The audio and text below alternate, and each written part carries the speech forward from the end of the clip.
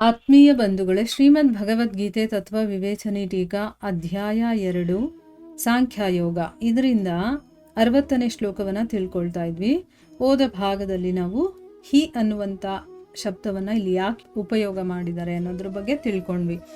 ಈಗ ಮುಂದಿನ ಪ್ರಶ್ನೆ ಏನು ಅಂತಂದರೆ, ಇಂದ್ರಿಯಾಣಿ ಅನ್ನುವಂಥ ಪದದ ಜೊತೆ ಪ್ರಮಾಥೀನಿ ಅನ್ನುವಂಥ ವಿಶೇಷಣವನ್ನು ಪ್ರಯೋಗ ಮಾಡಿದಾರಲ್ಲ, ಅದರ ಅರ್ಥ ಏನು ಅಂತ. ಈಗ ಉತ್ತರ ಏನು ಅಂತಂದರೆ, ಪ್ರಮಾಥೀನಿ ಅನ್ನುವಂತಹ ವಿಶೇಷಣದ ಪ್ರಯೋಗವನ್ನು ಮಾಡಿ ಎಲ್ಲಿವರೆಗೆ ಮನುಷ್ಯನಿಗೆ ಇಂದ್ರಿಯಗಳು ವಶವಾಗೋದಿಲ್ವೋ ಮತ್ತು ಎಲ್ಲಿವರೆಗೆ ಇಂದ್ರಿಯಗಳ ವಿಷಯಗಳಲ್ಲಿ ಅವನಿಗೆ ಆಸಕ್ತಿ ಇರುತ್ತೋ ಅಲ್ಲಿವರೆಗೂ ಕೂಡ ಇಂದ್ರಿಯಗಳು ಮನುಷ್ಯನ ಮನಸ್ಸನ್ನು ಮತ್ತೆ ಮತ್ತೆ ವಿಷಯ ಸುಖದ ಕಡೆಗೆ ಅವನಿಗೆ ಪ್ರಲೋಭನೆಗೆ ಒಳಪಡಿಸಿ ಅದನ್ನು ಸ್ಥಿರವಾಗಿರೋದಕ್ಕೆ ಬಿಡೋದಿಲ್ಲ, ಮನವನ್ನು ಮಂಥನ ಮಾಡ್ತಾ ಇರುತ್ತೆ ಅನ್ನೋದನ್ನು ಇಲ್ಲಿ ತೋರಿಸಿದ್ದಾರೆ.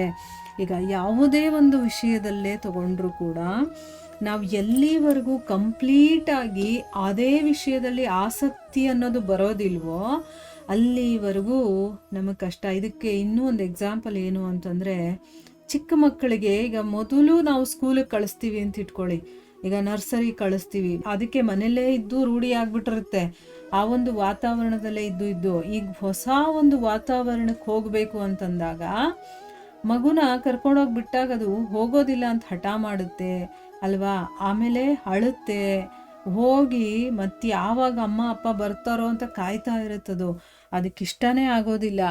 ಆದರೆ ಅಲ್ಲಿಗೆ ನಾವು ಬಿಟ್ಬಿಡ್ತೀವ? ಇಲ್ಲ, ಆ ಮಗು ಒಳ್ಳೇದಾಗಬೇಕು, ಮಗುಗೆ ಅದು ಓದಬೇಕು, ವಿದ್ಯಾವಂತನಾಗಬೇಕು ಅನ್ನೋ ಒಂದು ಕಾರಣದಿಂದ ಮಗುಗೆ ಏನೂ ಗೊತ್ತಿರೋದಿಲ್ಲ, ಅದನ್ನು ಕರ್ಕೊಂಡೋಗಿ ಬಿಡ್ತಾ ಇರಬೇಕು ಡೈಲಿ. ಹತ್ರ ಹಳ್ಳಿ ಅಂತಂದ್ಬಿಟ್ಟು ಅದಕ್ಕೆ ಸ್ವಲ್ಪ ದಿವಸ ಹಿಡಿಯುತ್ತೆ ಆ ಒಂದು ಅಟ್ಮಾಸ್ಫಿಯರ್ನ ಅಡ್ಜಸ್ಟ್ ಮಾಡ್ಕೊಳ್ಳೋದಕ್ಕೆ. ಅದಕ್ಕೆ ಆಮೇಲೆ ಏನಾಗುತ್ತೆ, ತಾನೇ ರೆಡಿಯಾಗಿ ಹೋಗೋದಕ್ಕೆ ಶುರು ಆಗುತ್ತೆ. ಯಾಕೆ?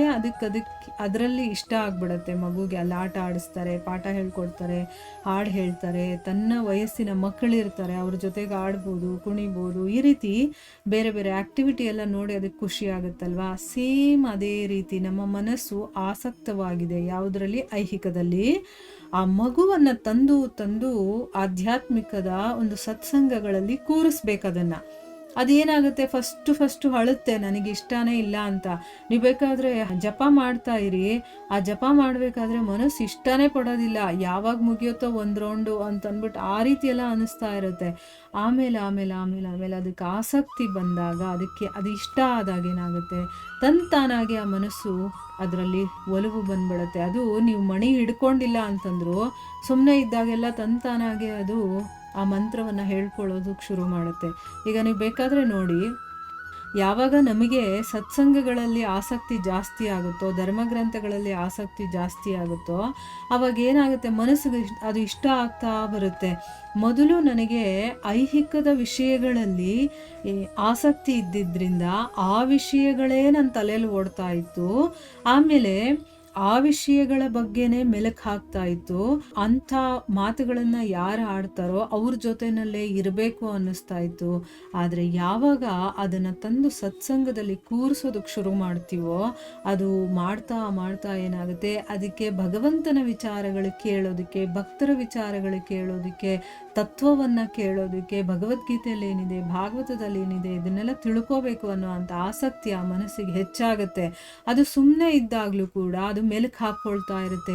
ಏನು ಕೇಳಿದೆ ನಾನು ಇವತ್ತು, ಭಗವದ್ಗೀತೆಯಲ್ಲಿ ಏನು ಹೇಳಿದ್ರು, ಏನು ನಾನು ಅರ್ಥ ಮಾಡಿಕೊಂಡೆ, ನನ್ನ ಜೀವನದಲ್ಲಿ ಹೇಗೆ ಅದನ್ನು ಅಳವಡಿಸ್ಕೊಳ್ಳೋದು, ಹೀಗದು ಅದರಲ್ಲಿ ತನ್ನನ್ನು ತಾನು ಇನ್ವಾಲ್ವ್ ಮಾಡಿಕೊಳ್ಳುತ್ತೆ, ಅದೇ ವಿಷಯಗಳನ್ನು ಕೇಳುತ್ತೆ, ಮತ್ತು ಅಂಥವರ ಸಹವಾಸ ಬೇಕು ಅಂತ ಅದು ಬಯಸುತ್ತೆ. ಅದಕ್ಕೆ ಅವಾಗ ಐಹಿಕದಲ್ಲಿ ಆಸಕ್ತಿ ಕಡಿಮೆ ಆಗ್ತಾ ಬರುತ್ತೆ. ನೋಡಿ ಎಷ್ಟು ಚೆನ್ನಾಗದು ಇಲ್ಲಿಂದ ಅಲ್ಲಿಗೆ ಡೈವರ್ಟ್ ಆಗುತ್ತೆ. ಬರೀ ನಾವು ನಮ್ಮ ಮುಖವನ್ನು ಐಹಿಕದ ಕಡೆ ಮಾಡ್ಕೊಂಡಿದ್ದೀವಲ್ವ, ಅದನ್ನು ಆಧ್ಯಾತ್ಮಿಕದ ಕಡೆಗೆ ತಿರುಗಿಸ್ಕೊಳ್ಬೇಕಷ್ಟೇ.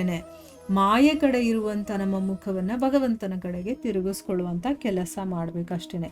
ಅದನ್ನು ಇಲ್ಲಿ ಹೇಳ್ತಾ ಇದ್ದಾರೆ. ಎಲ್ಲಿವರೆಗೆ ನಮಗೆ ಇದರಲ್ಲಿ ಆಸಕ್ತಿ ಇರುತ್ತೋ ಮತ್ತು ಆ ವಸ್ತುಗಳ ಮೇಲೆ ಯಾವಾಗವರೆಗೂ ಆಸಕ್ತಿ ಇರುತ್ತೋ ಅದು ಏನು ಮಾಡುತ್ತೆ, ಪದೇ ನಮ್ಮನ್ನು ಪ್ರಲೋಭನೆಗೆ, ಅಂದರೆ ಅದು ಬೇಕು ಅಂತ ಅನ್ಸುತ್ತಲ್ಲ, ಅಂಥ ಕಡೆಗೆ ನಮ್ಮ ಮನಸ್ಸು ಹೋಗೋದಕ್ಕೆ ಶುರುವಾಗಿ ಅಲ್ಲಿ ಸ್ಥಿರವಾಗಿರೋದಕ್ಕೆ ನಮ್ಮನ್ನು ಬಿಡೋದಿಲ್ಲ ಅನ್ನೋದನ್ನು ಇಲ್ಲಿ ಹೇಳ್ತಾ ಇರುತ್ತೆ. ಅಂದರೆ ಆ ಮನಸ್ಸು ಒಳಗಡೆನೆ ಮಂಥನ ಮಾಡ್ತಾ ಇರುತ್ತೆ. ಇವಾಗ ನಾವು ಎಷ್ಟು ದಿವಸದಿಂದ ಆ ಸತ್ಸಂಗದಲ್ಲಿ ಭಾಗಿಯಾಗ್ತಾ ಇದ್ದೀವಲ್ವ, ಈಗ ನಮ್ಮ ಮನಸ್ಸು ಹೇಗಿರುತ್ತೆ ನೋಡಿ, ಬೇಕಾದರೆ ಯೋಚನೆ ಮಾಡಿ. ನಮ್ಗೆ ಇವತ್ತು ರಾಮಾಯಣದಲ್ಲಿ ಏನು ಕೇಳಿದ್ವಿ ಅದೇ ಇರುತ್ತೆ.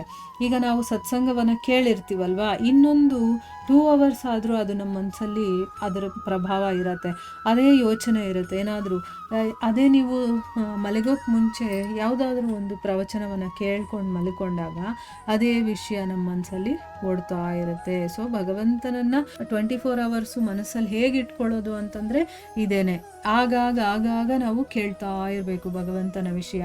ಆವಾಗ ಮನಸ್ಸು ಅದರಲ್ಲೇ ತೊಡಗಿರುತ್ತೆ, ಐಹಿಕದಿಂದ ಅದು ದೂರ ಆಗುತ್ತೆ. ಎಷ್ಟು ಚೆನ್ನಾಗಿ ಅದನ್ನು ಎಕ್ಸ್ಪ್ಲೇನ್ ಮಾಡಿದ್ದಾರೆ ನೋಡಿ. ನಾವು ಅದನ್ನು ಅರ್ಥ ಮಾಡ್ಕೊಳ್ಳೋದಕ್ಕೆ ಮೊದಲು ಪ್ರಯತ್ನ ಮಾಡಬೇಕು ಆಯಿತಾ. ಬರೀ ಓದ್ಕೊಂಡು ಹೋಗ್ಬಿಟ್ರೆ ಏನೂ ಪ್ರಯೋಜನ ಇಲ್ಲ. ಈಗಾಗಲೇ 2ನೇ ಚಾಪ್ಟ್ರು ಸ್ವಲ್ಪ ಇನ್ನೇನು ಎಂಡಿಂಗಿಗೆ ಬರ್ತಾ ಇದೆ. ನಾವು 2ನೇ ಅಧ್ಯಾಯ ತುಂಬ ಚೆನ್ನಾಗಿ ಅರ್ಥ ಮಾಡ್ಕೋಬೇಕು. ಯಾಕೆ ಅಂತಂದರೆ ಒಂದೊಂದು ಸಾಧನೆ ಹೇಗೆ ಮಾಡಬೇಕು, ಯಾಕೆ ನಾವು ಆಧ್ಯಾತ್ಮಿಕದಲ್ಲಿ ತೊಡಗೋದಕ್ಕಾಗೋದಿಲ್ಲ ಅಂತಂದರೆ ನಾವು ಇನ್ನೂ ಹೊರಗಡೆಯಿಂದ ಇಂದ್ರಿಯಗಳ ಮೂಲಕ ಸಾಧನೆ ಮಾಡ್ತಾ ಇದ್ದೀವಲ್ಲ, ಅದನ್ನೇ ಸರಿಯಾಗಿ ಮಾಡ್ತಾ ಇಲ್ಲ ನಾವು ಆಯಿತಾ. ಕೇಳಿ ಅಂತಂದರೆ ಬರೀ ಅದನ್ನು ಹಾಕ್ಬಿಟ್ಟು ಸುಮ್ಮನೆ ಇದ್ಬಿಟ್ಟು ಹಾಕಿದ್ದೀನಿ, ಅದ್ರ ಪಾಡ್ಗೆ ಅದು ಓಡ್ತಾ ಇದೆ, ಕಿವಿನಲ್ಲಿ ಆಗಾಗ ಬೀಳ್ತಾ ಇದೆ, ಅದೆಲ್ಲ ಕೇಳೋದು. ಅದನ್ನು ತುಂಬ ಗಮನವಿಟ್ಟು ಕೇಳಿಸ್ಕೋಬೇಕು. ಯಾಕಂದರೆ ಅದರಲ್ಲಿರುವಂಥ ಒಂದೊಂದು ಪಾಯಿಂಟ್ ಇದೆಯಲ್ಲ, ಅದು ನಮ್ಮ ಮನಸ್ಸಿಗೆ ಹೋಗಿ ತಟ್ಟಬೇಕದು, ಅದು ಅರ್ಥ ಆಗ್ಬೇಕು ನಮಗೆ.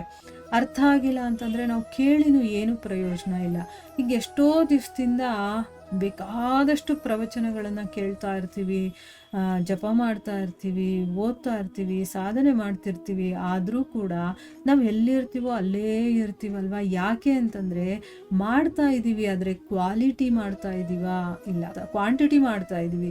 ಬೇಕಾದಷ್ಟು ಸಲ ಜಪ ಮಾಡ್ತಾ ಇದ್ವಿ, ಆದರೆ ಕ್ವಾಲಿಟಿ ಜಪ ಮಾಡ್ತಾ ಇದ್ದೀವಾ? ಏನು ಕ್ವಾಲಿಟಿ ಜಪ ಅಂತಂದರೆ ನಾವು ಏನು ಉಚ್ಚಾರಣೆ ಮಾಡ್ತೀವೋ ಅದರ ಮೇಲೆ ನಮ್ಮ ಗಮನ ಇರಬೇಕು.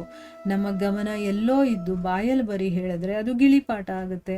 ಗಿಳಿನೂ ಹೇಳುತ್ತೆ ರಾಮ ರಾಮ ಅಂತ ಅಲ್ವಾ. ಆದರೆ ನಾನು ಏನು ಮಾಡ್ತಾ ಇದ್ದೀನಿ, ನಾನು ಏನು ಶಬ್ದವನ್ನು ನಾನು ಪಠಿಸ್ತಾ ಇದ್ದೀನೋ ಅದು ಏನು ಅಂತ ನಮಗೆ ಫಸ್ಟು ಗೊತ್ತಿರಬೇಕು, ಅದರ ಅರ್ಥ ಮಾಡ್ಕೊಂಡಿರಬೇಕು. ಆಮೇಲೆ ಅದನ್ನು ಉಚ್ಚಾರಣೆ ಮಾಡಬೇಕಾದ್ರೆ ನಮ್ಮ ಕಣ್ಣು ಕಿವಿ ಅದ್ರ ಕಡೆನೇ ಇರಬೇಕು. ಕಣ್ಣು ಹೇಗೆ ಇರೋದು ಅದ್ರ ಮೇಲೆ ಅಂದರೆ ಕಣ್ಣು ಮುಚ್ಕೊಂಡು ಅಲ್ಲಿ ನಾವು ಏನು ಉಚ್ಚಾರಣೆ ಮಾಡ್ತಾ ಇರ್ತೀವೋ ಆ ಒಂದು ಶಬ್ದದ ಮೇಲೆ ನಮಗೆ ಗಮನ ಇರಬೇಕು. ಅದೇ ರೀತಿಯೇ ಪ್ರವಚನ ಕೂಡ. ಅದೇ ರೀತಿಯೇ ನಾವು ಏನಾದರೂ ಧರ್ಮಗ್ರಂಥವನ್ನು ಓದ್ತಾ ಇದ್ದರೆ ಅಥವಾ ಕೇಳ್ತಾ ಇದ್ದರೆ ಕಂಪ್ಲೀಟು ನಮ್ಮ ಮನಸ್ಸು ಎರಡನ್ನೂ ಕೂಡ ಅದರಲ್ಲಿ ಇನ್ವಾಲ್ವ್ ಮಾಡಿರಬೇಕು. ಆ ರೀತಿ ಶ್ರದ್ಧೆಯಿಂದ ಕೇಳಿದಾಗ ಅದರ ರಿಸಲ್ಟು ನೀವು ಎಷ್ಟೋ ವರ್ಷಾನುಗಟ್ಟಲೆ ಮಾಡಬೇಕಾಗಿಲ್ಲ, ಕೆಲವು ದಿವಸ ಮಾಡಿದ್ರೂ ಕೂಡ ಸಿಕ್ಕಿಬಿಡುತ್ತೆ. ನನ್ನ ಭಾವನೆ ಹೇಗಿದೆಯೋ ಅದಕ್ಕೆ ತಕ್ಕಂಗೆ ಅದು ರಿಯಾಕ್ಟ್ ಮಾಡುತ್ತೆ. ನಾವು ಎಷ್ಟರ ಮಟ್ಟಿಗೆ ಅದಕ್ಕೆ ನಾವು ಇಂಪಾರ್ಟೆನ್ಸ್ ಕೊಡ್ತೀವೋ ಅದು ನಮಗಷ್ಟೇ ರಿಸಲ್ಟ್ ಕೊಡುತ್ತೆ. ಇದರ ಮುಂದುವರೆದ ಭಾಗ ಇನ್ನೂ ಇದೆ, ಅದನ್ನು ನಾವು ಮುಂದಿನ ಭಾಗದಲ್ಲಿ ತಿಳ್ಕೊಳ್ಳೋಣ. ಹರೇ ಕೃಷ್ಣ.